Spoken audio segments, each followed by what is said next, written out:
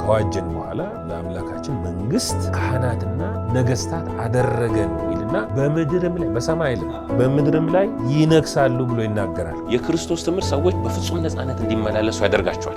የእግዚአብሔርም የልብ ፍላጎት እሱ ነው። ይህ አይነቱ ወንጌል ሰዎችን አርነት ያወጣል። ለዚህ ነው እኛ ጨለማን አንሰብክም፣ ፍርሃትን አንሰብክም። ምክንያቱም የእግዚአብሔር መንግስት መገለጫዎች አይደሉም። ድል ማለት እምነታችሁ ነው። እምነታችሁ ዓለምን ያሸንፋል። በክራይስት ላይ ያለን እምነት። ለምን? ክራይስት ዓለምን አሸንፏል። ስለዚህ ጽድቅ በሚባል በር በኩል ሰው ወደ እግዚአብሔር መንግስት ከገባ ሰላም አለው። እንደገና ደግሞ በደስታ ነው የሚኖረው። የመንግስቱ ወንጌል ሲሰበክ በሁለንተና ሰውን ሙሉ እያደረገ ነው የሚሄደው። ብዙ ነገር አንስተናል ላለፉት 3 ሳምንታት። ጋብቻ ምንድነው? ዓላማውን አይተናል። ስለ ሲንግልነስ አይተናል።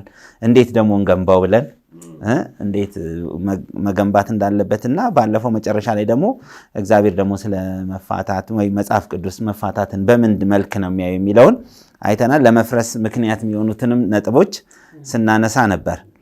ዛሬ እስቲ የጋብቻ ኃላፊነትን እናንሳና አንዱ እንግዲህ እንደምናየው ኃላፊነትም ካልተወጣን ለዛው ለመፍረስ ምክንያት ሊሆን ይችላልና ኃላፊነት የሚለው በጣም ወሳኝ ነው። ከቁጥር 21 ልጀምር። ኤፌሶን 5:21 ለእያንዳንዳችሁ በክርስቶስ ፍርሃት የተገዛችሁ ሁኑ፣ ሚስቶች ሆይ ለጌታ እንደምትገዙ ለባሎቻችሁ ተገዙ። ክርስቶስ ቤተክርስቲያንን ራስ እንደሆነ እርሱም አካሉን የሚያድን እንደሆነ ባል የሚስት ራስ ነውና፣ ዳሩ ግን ቤተክርስቲያን ለክርስቶስ እንደምትገዛ እንዲሁ ሚስቶች ደግሞ በሁሉ ለባሎቻቸው ይገዙ። ባሎች ሆይ ክርስቶስ ደግሞ ቤተክርስቲያንን እንደወደዳት ሚስቶቻችሁን ውደዱ። በውሃ መታጠብ እና ከቃሉ ጋር አንጽቶ እንዲቀድሳት ስለ እርሷ ራሱን አሳልፎ ሰጠ። እድፈት ወይም የፊት መጨማደድ ወይም እንዲህ ያለ ነገር ሳይሆንባት ቅድስትና ያለ ነውር ትሆን ዘንድ ክብርት የሆነች ቤተክርስቲያን ለራሱ እንዲያቀርብ ፈለገ። እንዲሁም ባሎች ደግሞ እንደ ገዛ ስጋቸው አድርገው የገዛ ሚስቶቻቸውን ሊወዷቸው ይገባቸዋል። የገዛ ሚስቱን የሚወድ ራሱን ይወዳል። ማንም የገዛ ስጋውን የሚጠላ ከቶ የለምና። ነገር ግን የአካሉ ብልቶች ስለሆንን ክርስቶስ ደግሞ ቤተክርስቲያንን እንዳደረገላት ይመግበዋል፣ ይንከባከበውማል።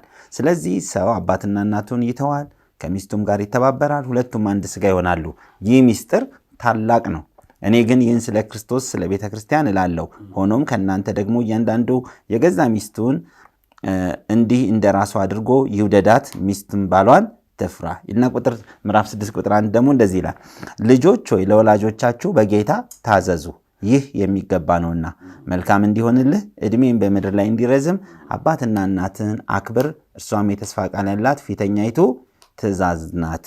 እናንተም አባቶች ሆይ ልጆቻችሁን በጌታ ምክርና ተግሳጽ አሳድጓቸው እንጂ አታስቆጧቸው ይላል። እንዳለ ስናየው የባል ኃላፊነት፣ የሚስት ድርሻን እንዲሁም የልጆችም ድርሻ ያሳያልና እነዚህን ድርሻቸውን ሁሉም የራሱን የተጠራበትን የተሰጠውን ነገር ቢወጣ ያ ቤት በጣም ትክክለኛ የተገነባ እና ኃላፊነቱን የተወጣ ቤት እንዲሆን በመጽሐፍ በዚህ ውስጥ ብዙ ነገር እናያለን እና ባለፈውም ብዙ አይተናል። ሪስፖንሲቢሊቲዎቹን እስቲ ብናንሳቸው። አሁን እንዳስቀመጥከው በቤተ ክርስቲያንና በክርስቶስ መካከል ባለው ግንኙነት በዛ ላይ የተመሰረተ ነው ወይም የዛ አይነት ተመሳሳይ ነውና ባል ለሚስቱ ራሱን እንደ የክርስቶስ ምሳሌ አድርጎ ሚስቱን መውደድ፣ መጠበቅ፣ መንከባከብ፣ መመገብ ሲባል ስለዚህ እንደው ስለ እንጀራው ስለ ዳቦ ስለ ወጡ ብቻ ሳይሆን ስፒሪቹዋሊ ፊድ ማድረግ አለበት መንፈሳዊውን ነገር። በአይሁድ ስርዓት ስንመለከት አንድ ባል ለቤተሰቡ እንደ ካህን ነው። ሚስቱ ልጆቹ በእግዚአብሔር ስርዓት እንዲሄዱና ከእግዚአብሔር ጋር የተስተካከለ ግንኙነት እንዲኖራቸው በደንብ አድርጎ ይሰራል። ለዚህ ነው ምራው ፈቀቅ አይልም ይላል እና ልጆችን በእግዚአብሔር መንገድ እንዲሄዱ የመምራት ኃላፊነት የማን ነው? የባል ነው። እና ባል ራስ ነው ሲባል እንደው ከመጨቆነን ያልኩት ብቻ ይሰማ ከማለት ሳይድ ሳይሆን በቤተሰቡ አቅጣጫ ትልቁን ኃላፊነት የወሰደው ባል ነው። ስለ ሚስት ባል ይጠየቃል። አሁን ዘፍጥረት ላይ የምንመለከተው የበላችሁ ሔዋን ነች። እግዚአብሔር ሲመጣ ግን አዳም ወዴት ነህ ያለው። ስለዚህ ባል ሪስፖንሲብል ነው። ሚስት እንዴት መኖር እንዳለባት እንደው በአንደበት ቃል ብቻ ሳይሆን ምሳሌያዊ በሆነ ህይወት በትክክል ራሱን እንደ ክርስቶስ አድርጎ ማሳየት፣ እንደ ክርስቶስ አድርጎ ራሱን ለሷ እንትን ማለት አለበት። እንደገና በልጆችም አቅጣጫ ያለው ምናልባት እኔ አንደኛ ጢሞቴዎስ 3 ላይ ያለውን ቃል ባነሳ እንዲሁ እናንተ ሚስቶች ሆይ ይላል ከባሎቻቸው አንዳንዱ ለትምህርት የማይታዘዙ ቢኖሩ ወይም የማያምኑ ቢሆኑ ይልና በፍርሃት ያለውን ንጹህ ኑሯችሁን እየተመለከቱ ያለ ትምህርት በሚስቶቻችሁ ኑሮ እንዲገኙ ተገዙላችሁ ይላል። ኢቭን ባሎቻችሁ የማያምኑ እንኳን ቢሆኑ ለክርስቶስ ትምህርት እንዲገዙና እንዲታዘዙ እናንተ በንጹህ አኗኗር አሁን እዚህ ጋር ኑሯችሁን ነው የሚለው ኑሯችሁን እያዩ ነው የሚለው። ስለዚህ የማያምን ሰው እንኳን ካለ ኑሯን ነው ሊያይ የሚገባው ምልልሷን ላይፍ ስታይሏን ከዛ ለክርስቶስ ትምህርት ይገዛል ይልና ለእናንተ ይላል ውበትን ዲፋይን ሲያደርገው ጠጉርን በመሸረብና ወርቅን በማንጠልጠል ወይም ልብስን በመጎናጸፍ በውጭ የሆነ ሽልማት አይሆንላችሁ ይላል። ጢሞቴዎስ ላይ እንዲያውም በጆሮ ጌጥ በሹሩባ ሲሆን በመልካም ስራ ስለመዋብ ይናገራል። ለዚህ ነው ውበት ሐሰት ነው ደም ግባት እግዚአብሔርን የምትፈራ ሴት ይላል። ሌላው ጸጉራምን ሴት ሳይሆን ልባምን ሴት ይላል ባይብል። ማን ያገኛታል ነው እና ሁሉ ጊዜ ዓለም ውበትን ዲፋይን የምታደርገው ከውጭ ነው። ምሳሌ ላይ ያለው ቃሉ ለልቤን ያውቃል ሁሉ ጊዜ መልካም ታደርግለታለች የሚለው ቃል አሁን መልካም ነገር እንትን ነው ካራክተር ነው አብሮ የመኖር መርህ ነው እና ያንን ነው የሚያነሳው እዚህ ጋርና ሰዎች ብዙ ጊዜ ይታለላሉ በዚህ ነገር ውጫዊው ነገር ያያሉ። ከተጋባ በኋላ ሰው ፌስ የሚያደርገው ካራክተር ነው ባህሪን ነው እና እዚህ ጋራ ያነሳል። ቁጥር 4 ላይ ስንመጣ ነገር ግን ይላል በእግዚአብሔር ፊት ዋጋው እጅግ የከበረ ይልና ካራክተርን ያነሳል። ጢሞቴዎስም ላይ እነን ያነሳል የዋህና ዝግተኛ መንፈስ ያለውን ይላል። ከዛ የማይጠፋውን ልብስ ለብሶ የተሰወረ የልብ ሰው ይሆንላችሁ ይላል። ለሚስቶች ይሄንን መከር ይመክራል። ከዛ እንዲሁ ደግሞ ምሳሌ አድርጎ ሲያነሳ እንግዲህ በቀድሞ ዘመን በእግዚአብሔር ተስፋ ያደረጉ ቅዱሳት ሴቶች ደግሞ ለባሎቻቸው ሲገዙ ተሸልመው ነበርና ይላል እና ሳራ ዋጋዋን ከእግዚአብሔር ተቀብላለች። የብዙዎች እናት አድርጓታል እግዚአብሔር እና ሰሚሽኗን ያነሳል። ከእግዚአብሔር ዘንድ ዋጋዋን እንድትቀበል ያደረጋት እግዚአብሔር ለሰጣት ነገር እንዴት ሰሚት እንዳረገች ያንን ደግሞ ሲያነሳ በባልና በሚስት መካከል ያለውን ግንኙነት ነው ከአብርሃም ጋር እዚህ ጋራ ለዛ ነው የማይጠፋውን ልብስ ለብሶ የተሰወረ የልብ ሰው ይሁንላችሁ ብሎ እንዲሁ በቀድሞ ዘመን በእግዚአብሔር ተስፋ ያደረጉ ቅዱሳት ሴቶች ደግሞ ለባሎቻቸው ሲገዙ ተሸልመው ነበር ካለ በኋላ እንዲሁም ሳራ ለአብርሃም ጌታዬ ብላ እየጠራችው ታዘዘችለት ይላል። ታዘዘችለት እናንተም ከሚያስደነግጥ ነገር አንዳች እንኳን ሳትፈሩ መልካምን ብታደርጉ ልጆቿ ናችሁ እንዲሁ እናንተ ባሎቹ ደግሞ ይላል። ከዛ ወደ ባል ይመጣል። ደካማ ፍጥረት ስለሆኑ ከሚስቶቻችሁ ጋር በማስተዋል አብራችሁ ኑሩ ይላል። አሁን ይሄ ደካማ ፍጥረት የሚለው ሴንሲቲቭ ስለሆኑ እና ሴቶች እንደ ሴንሲቲቭ ስለሆኑ ፕሮቴክሽን ይፈልጋሉ፣ ጥበቃ ይፈልጋሉ፣ እንክብካቤ ይፈልጋሉ። ለምሳሌ ለብረትና ለብርጭቆ እኩል አይነት ጥንቃቄ አናደርግም። እንደዛ አይነት ነው የሚለው እንጂ ደካማ የሚለው ከዚህ ሳይድ ነው። እግዚአብሔር ደካማን ነገር አልፈጠረም አልሰራም። በሴቶች ውስጥ ስትሮንግ ነገር እንዳለ መጽሐፍ ቅዱስ ይናገራል። ስለዚህ በማስተዋል ኑሩ ይልና ከሚስቱ ጋር ያለው ግንኙነት ከእግዚአብሔር ጋር ያለው ነገር ወሳኝ ነው ብሎ ያስቀምጣል። ጸሎታችሁ እንዳይከለከል ይላል። አብረው ደግሞ የሕይወትን ጸጋ እንደሚወርሱ አድርጋችሁ አክብሯቸው ይላል። ስለዚህ ከሚስቱ ጋር ያለው ግንኙነት ሲበላሽ ከእግዚአብሔር ጋር ያለውም ነገር ብዙ ጥሩ አይሆንም። የመዳን ጸጋ ከእናንተ ጋር አብረው እንዲወርሱ እንደተጠሩ አውቃቸው አክብሯቸው ያለ ኃላፊነታቸውን የሁለዚህ መንገድ ያስቀምጣል ለማለት ነው። እውነት ነው። ትልቁ ነገር አሁን እንዴት አድርገው ይወጡ ነው ኃላፊነቱና ኃላፊነታቸውን እንዴት አድርገው ይወጣሉ። አሁን ብዙ ጊዜ ችግሩ ይጠቋቆማሉ። አይወደኝም እሷ አትገዛልኝም ይላል። እግዚአብሔር የሚጠይቀው ግን እኛ የራሳችንን እያንዳንዱ ባልም የራሱን ኃላፊነት እንዲወጣ ነው። እሷም ደግሞ የራሷን ኃላፊነት እንድትወጣ ነው። ይሄ የእሷን ወደሱ የመጠየቅ ዲማንድ የማድረግ ነገር በጣም ከባድ ነው። ስለዚህ ስንመለከት ኤፌሶን ምዕራፍ 5 ላይ ቅድም ያነበብነው ክፍል ላይ ለእያንዳንዱ የራሱን ኃላፊነት ሰጥቷል። ነገርየው ሁሉ ጤናማ ምን ሁሉም የራሱን ኃላፊነት ሲወጣ ነው። የራሱን ኃላፊነት ካልወጣ ከመወጣት ይልቅ የሌላውን ኃላፊነት የምንጠብቅ ከሆነ ነገር ይበላሻል። ከዚህ በፊት ከተማ የምትጸዳው እያንዳንዱ የራሱን አካባቢ ቢያጸዳ ነው የሚል አባባል አለ አይደል በዓለምም። ስለዚህ እያንዳንዱ የራሱን አካባቢ ቢያጸዳ ያም ሁሉ ከተማ ሙሉ ለሙሉ ትጸዳለች። በትዳር ውስጥም ሪስፖንሲቢሊቲያቸው አሁን የጋራ ኃላፊነት አላቸው። ቅድም እንዳልከው ልጆችን በተመለከተ የግል ኃላፊነት አላቸው። እንደገና ልጆች ደግሞ የወላጆቻቸውን በወላጆቻቸው በተመለከተ ቅድም ባነበበው ክፍል ላይ የራሳቸው ኃላፊነት አለ። እያንዳንዱ የራሱን ኃላፊነት መወጣት አለበት። ከሱ ከመጠበቅ ይልቅ የኔን ተወጥቻለሁ እያሉ ሰው ሚስትም የራሷን ብትጠብቅ ጤናማ ይሆናል የሚለውን ለማሳየት ነው። ከዛ በፊት እዚህ ምዕራፍ 11 ላይ አንደኛ ቆሮንቶስ ምዕራፍ 11 ምን ብሎ ይናገራል? ይሄ በጣም ወሳኝ ስለሆነ ወንድ የእግዚአብሔር ምሳሌና ክብር ስለሆነ ራሱን መከናን አይገባውም፣ ሴት ግን የወንድ ክብር ናት ይልና ቁጥር 8 ላይ ሴት ከወንድ ናት እንጂ ወንድ ከሴት አይደለምና ሴት ስለ ወንድ ተፈጠረች እንጂ ወንድ ስለ ሴት አልተፈጠረምና ይላል። ስለዚህ ሴት ከመላእክት የተነሳ በራሷ ስልጣን ሊኖራት ይገባ፣ ነገር ግን በጌታ ዘንድ ሴት ያለ ወንድ ወንድም ያለ ሴት አይሆንም ብሎ ሴት ከወንድ እንደሆነች እንዲሁ ወንድ ደግሞ በሴት ነውና ሁሉም ከእግዚአብሔር ነው ይላል። ይሄን መረዳት ያስፈልጋል። አሁን የመጣው ዘመናዊነት ብዙ ነገሮችን እያቀላቀለ መጥቷል።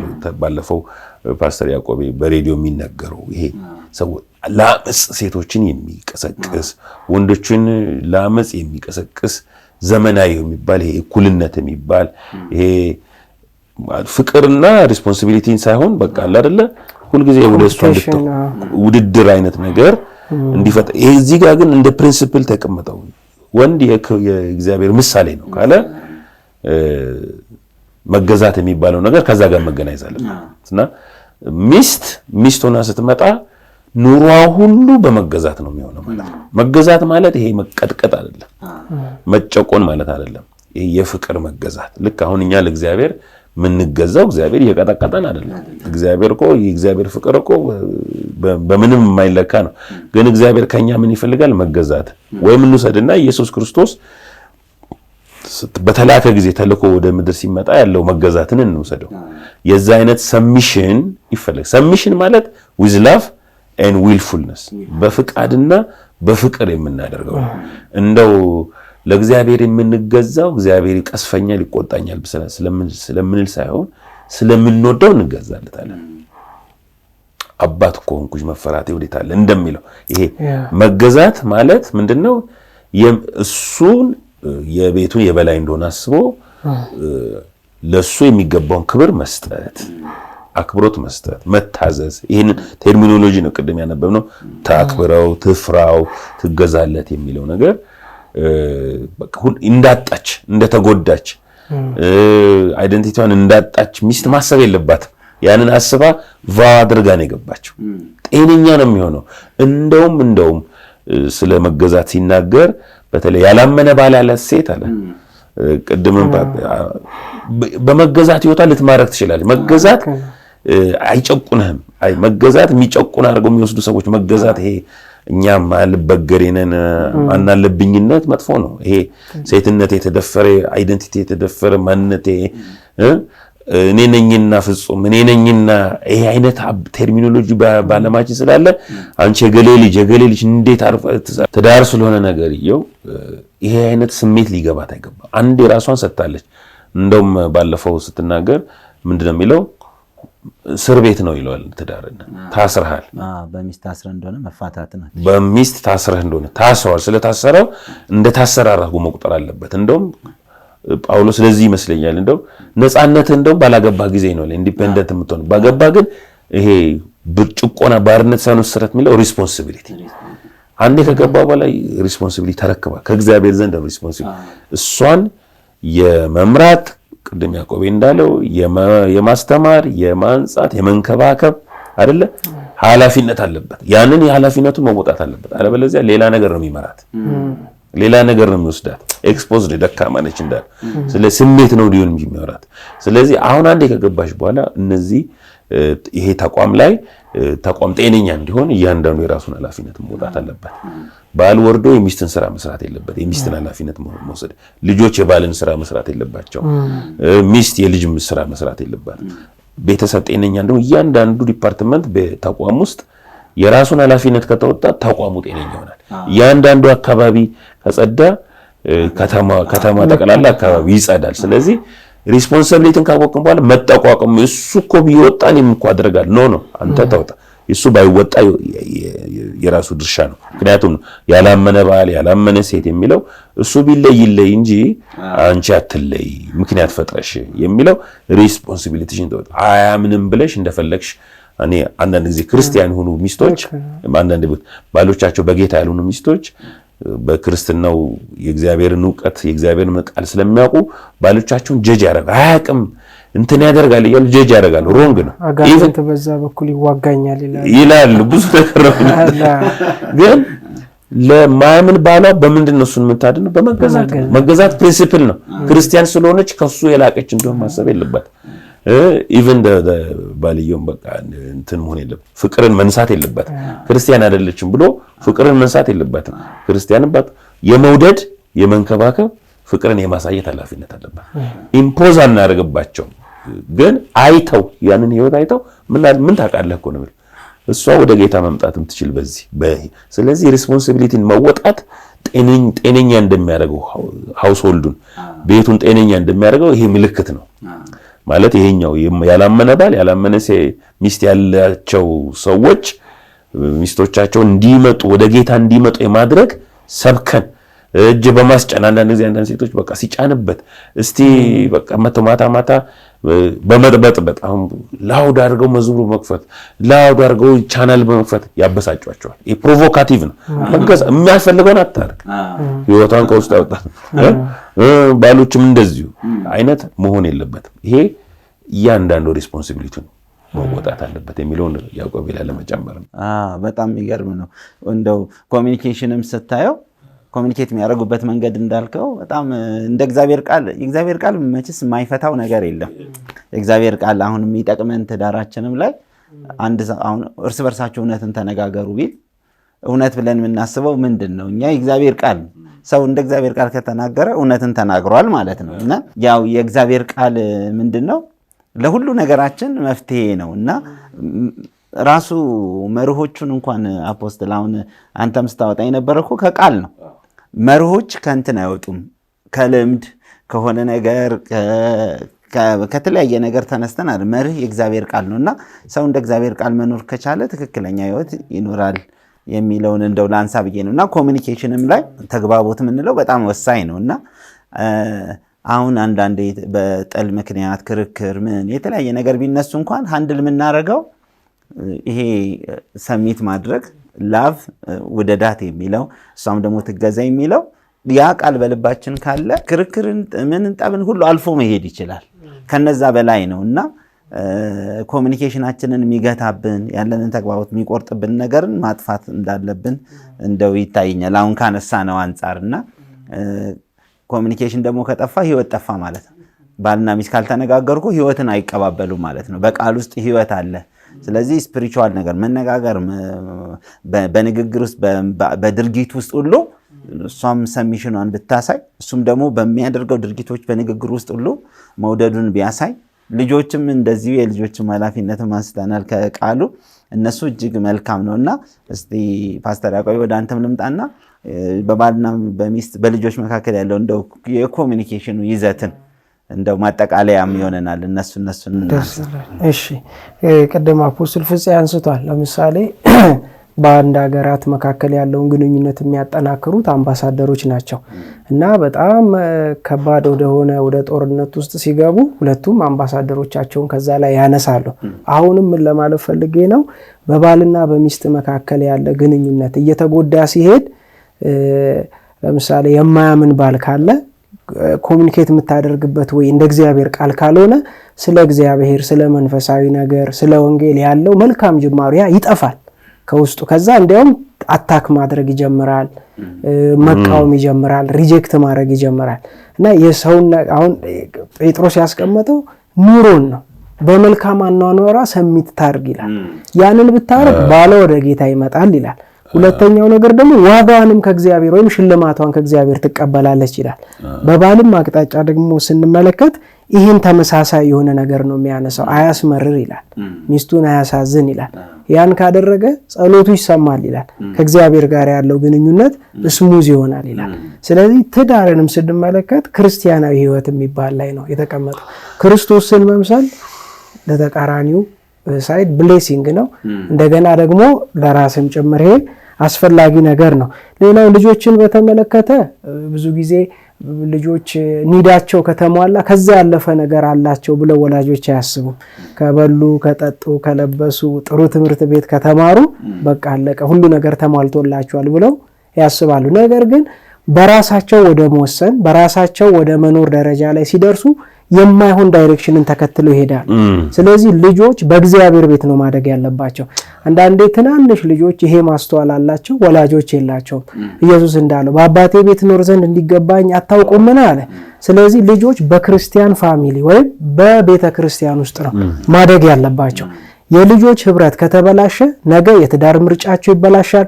ወላጆች ማያስተውሉት ነገር አለ። አንድ ሕፃን ልጅ በፊት ከ11 ይላል አሁን ከ7 ተብሏል። ከ7 ዓመት በኋላ በወላጅ ሳይሆን በጓደኞቹ ተጽዕኖ ስር ነው የሚወድቀው።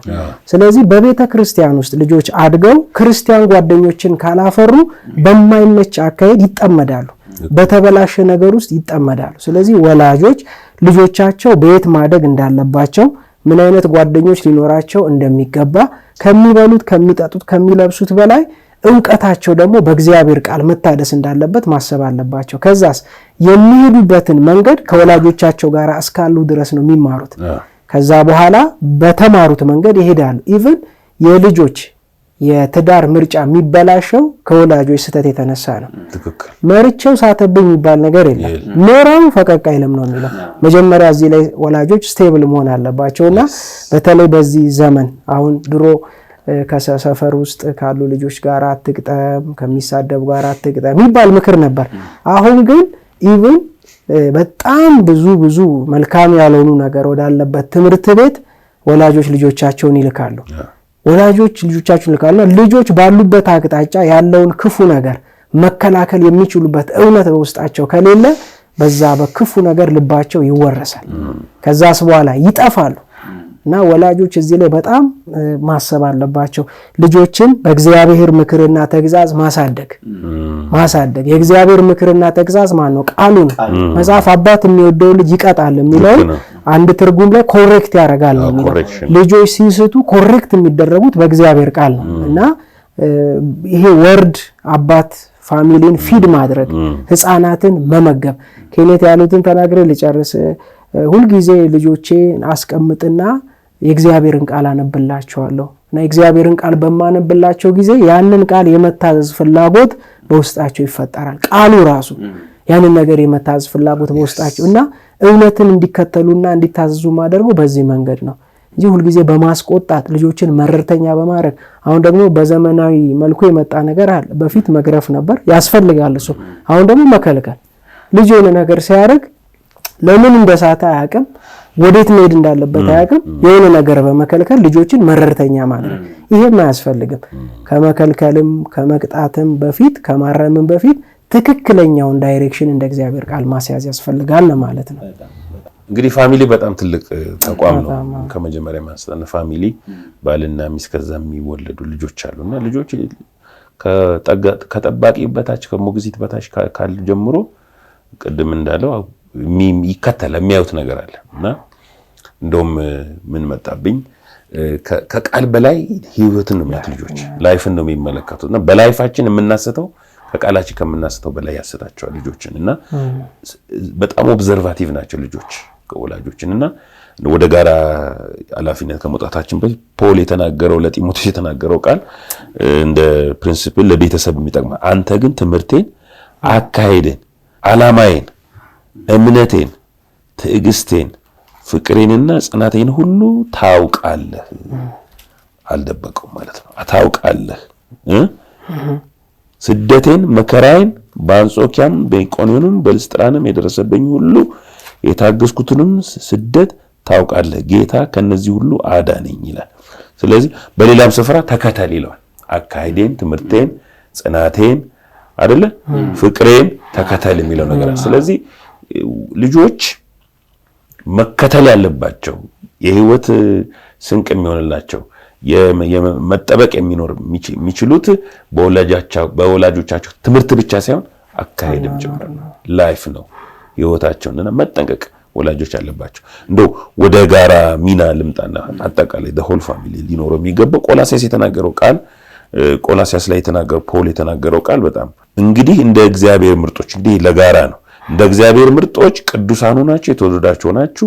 ምሕረትን፣ ርኅራኄ፣ ቸርነትን፣ ትዕግስትን፣ የዋህነትን፣ ትዕግስትን ልበሱ። እርስ በርሳችሁ ትዕግስትን አድርጉ። ማንም በባልንጀራው ላይ የሚነቅፈው ነገር ካለው ይቅር ተባባሉ። እንግዲህ የእርስ በርስ ያለ መስተጋብር አሁን ወደ እንትን እናውርደው ብዬ ነው። ወደ ፋሚሊ ክርስቶስ ይቅር እንዳላችሁ እናንተ ደግሞ እንዲሁ አድርጉ። በእነዚህ ላይ ፍጻሜ ማሰሪያ የሆነው ፍቅርን ልበሱ። በአንድም አካልም የተጠራችሁለትን ደግሞ የክርስቶስን ሰላም በልባችሁ ይግዛ። የምታመሰግኑም ሁኑ። አሁን ወደ ፋሚሊ እናወርዱ። ይሄንን የእግዚአብሔር ቃል በሙላት ይኖርባችሁ። በጥበብ ሁሉ እርስ በርሳችሁ አስተምሩና ገስጹ። በመዝሙርና በዝማሬ በመንፈሳዊ ቅኔ በጸጋው በልባችሁ ለእግዚአብሔር ዘምሩ።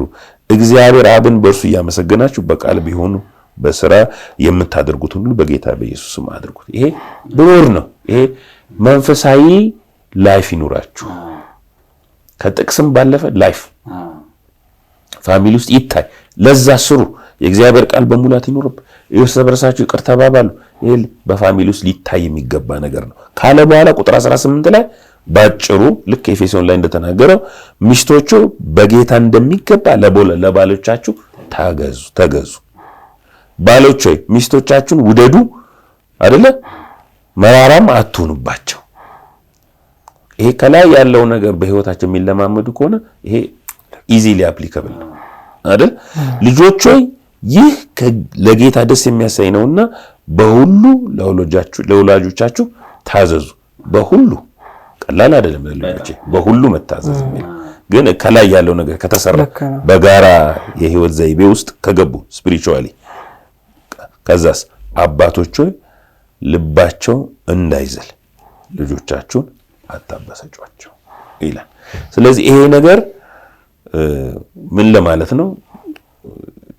ያንዳንዱ ሚናውን እንዲጫወት፣ ሚስትም ሚናውን እንድትጫወት የመገዛቱን፣ ባልን የመውደድ ሚናውን እንዲጫወት፣ ልጆችም ደግሞ በሁሉ የመታዘዝ ሚና እንዲጫወት፣ አባቶችም ደግሞ ወይም ወላጆችም ልጆቻቸውን እንዳያበሳጯቸው እና ልጆቻቸውን ልባቸው እንዳይዝል ለማድረግ ፈርስት ሃንድ መሰጠት ያለበት ስፒሪቹዋል ላይፍ ነው።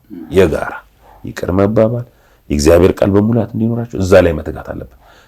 የእግዚአብሔር ቃል በፋሚሊ መካከል ብርቅ ከሆነ በምን ትመራቸዋል? በእግዚአብሔር ቃል ህይወታቸውን ከቀረጸና ህይወታቸውን ደግሞ ልክ ለጢሞቴዎስ እንዳለ አካሄድን ትምህርቴን እንዳለው ያንን ለመከተል ላይፉ ላይ መታየት አለበት። ላይፋቸው ለከታየ ልጆች ያንን እየተከተሉ የተሰሩ ይሆናሉ የሚለው ለመስጠት በጣም ድንቅ ሐሳብ ነው። ስለዚህ ከኃላፊነት መሸሽ የለብንም። ባይብል ከዝሙት ሽሽ ነው የሚለው፣ ከኃላፊነት ሽሽ አይልምና ከኃላፊነት አንሸሽም። ኃላፊነታችንን ባልም ሚስትም እንዲሁም ልጆችም ሁሉም የራሳቸውን ድርሻ ከተወጡ ትዳራችን ያማረና ጤናማ ትዳር መሆን ይችላል። ጋብቻና ቤተሰብ የሚለውን ትምህርታችንን በዚህ እናጠቃልላለን። ይህንን ትምህርት ፌዝ ሚዲያ ወርልድ ዋይድ በሚለው የዩቲዩብ እና የፌስቡክ ፔጃችን ገብታችሁ ማግኘት ትችላላችሁ። እንወዳችኋለን። ተባርካችኋል።